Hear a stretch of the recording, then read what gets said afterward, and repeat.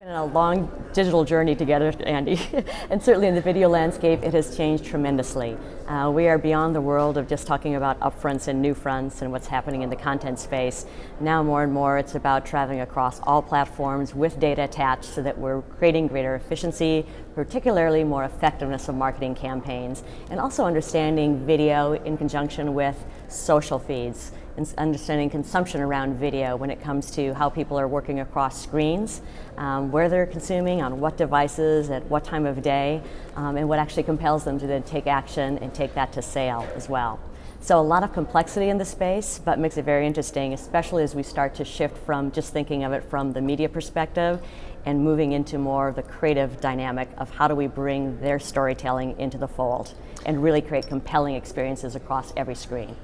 You know, that's the interesting challenge with clients and agencies today, is understanding what's the right format for the right message and how can you customize that? How can you not only just grab their attention with Vine, but how can you tell a brand story in longer form? And how do we look to distribute that across all platforms as well?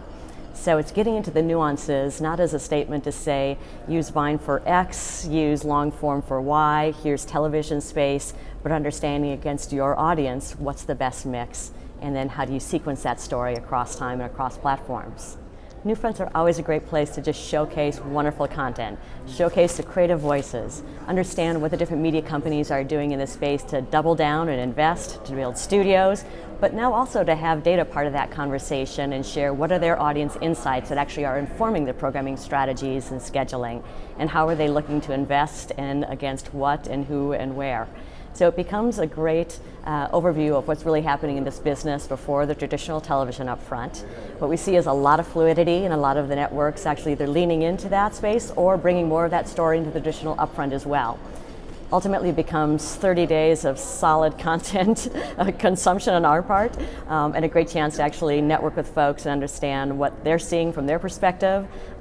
get to know what's happening in different categories, and really drive towards what's the video future, which may be a world where it's not a new front and upfront, it's much more 365, always on video strategies supported by always on great content.